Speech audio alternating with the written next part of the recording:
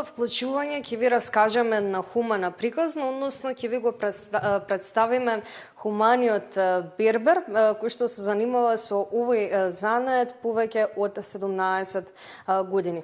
Сите оние средства кои што ќе се соберат од стрижање преку оние акции кои што се хуманитарни акции кои што се спроведуваат, истите средства одат за болни луѓе, односно оние на кои што им се најмногу потребни. Ово утро на моја огромна чест, мој денешен гостин е Ермин Чулевик од Скопје и верувам дека ќе ви биде интересно да го запознаете овој хуман човек кој навистина помага на луѓе на кои што има потребна најмногу, односно голема помош. Добро утро и добро дојдовте во утринската на Тел. Добро утро и вие добро дојдовте во нашиот салон.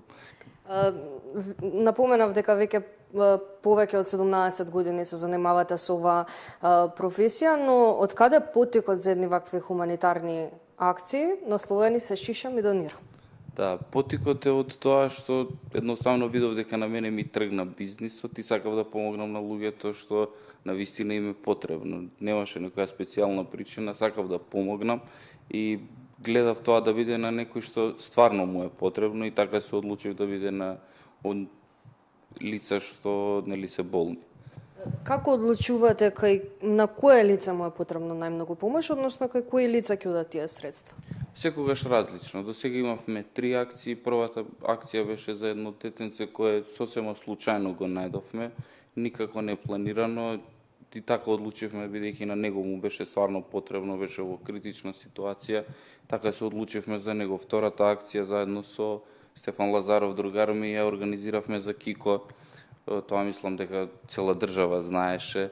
Така решивме, а последната, третата акција за отварањето на овој салон беше по моја собствена приказна од ќерка ми што беше болна од акутна леукемија.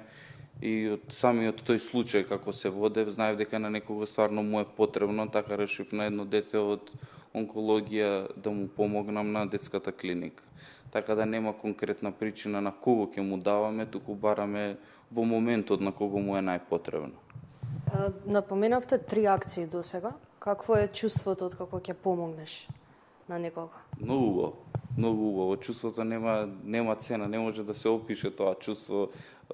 Сигурно сите знаеме кога на некој ќе ти помогне на тебе како се чувствуваш, нели, кога знаеш дека не знам на некој начин си изваден од калта, така и ние убаво се чувствуваме. Поготово кога ќе видиш дека имаш луѓе и сите тие клиенти што доаѓаат тука, не се тука само за шишањето, туку се едноставно тука за да ти помогнат кога ти нудиш помош. И тоа е уште поголема емоција и поубаво чувство е сето тоа. Дали тоа значи дека имаме голем број на хумани наши сограѓани? Искрено да. Да, многу голем број, што дури онака сум и изненаден во одредени ситуации, пошто нели со помош на социјалните мрежи ние тоа го шириме дека помагаме.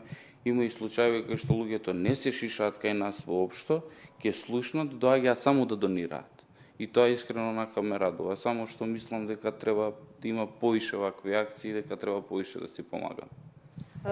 Кога е следната акција која што ќе биде спроведена од ваша страна, односно кога сите оние кои што не гледаат да дојдат и да бидат исто така и тие хумани? Конкретен датум немаме, тоа не го организираме, пример да имаме точна дата, туку бараме онака причина, дали е тоа роден ден на мистер Барбер, дали е отварање на нов мистер Барбер, или па ако некој се крене на некаква акција, ние доаѓаме во помош, така да мислам дека лето, со оглед на тоа дека нели сите се поодмори, нема да има, најверојатно од септември. Немаме конкретен план, меѓутоа така некаде од прилика еднашка до 2 пати година гледаме да има некоја таква организација за да може да помогнеме на некого. Верувам кога ќе има конкретен план ќе дојдеме повторно да ја најавиме таа акција. Се случило ли некогаш хумани луѓе наместо да дојдат да се стрижат и на тој начин да донираат средства, само да дојдат кога е тој ден, односно кога има тој ден акција, едноставно да остават некоја символична сума? Да, се случувало многу пати и дури онака сум изненаден што луѓето ни ги знаеш, ни ги познаваш, ти доаѓаат леле дечки, браво, алалда е за акција, онака баш тоа те мотивира за повеќе да помагаш и за повеќе да работиш едноставно. Верувам дека сета оваа хуманост ве одржува и во живот и полесно си ја завршувате работата, но каква е всушност вашата професија? Дали е макотрпна? Кое е вашето искуство со оглед на тоа дека навистина долго време се занимавате со овој занет?